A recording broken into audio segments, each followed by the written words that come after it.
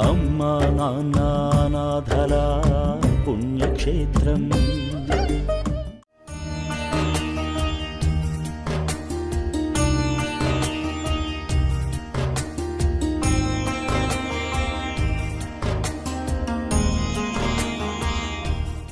నమస్కారం అండి. నా పేరు ప్రవీణ్ కుమార్. నాది వనపర్తి డిస్టిక్, అమర్చింత మండల్, మున్సిపాలిటీ కూడా అమర్చింతనే.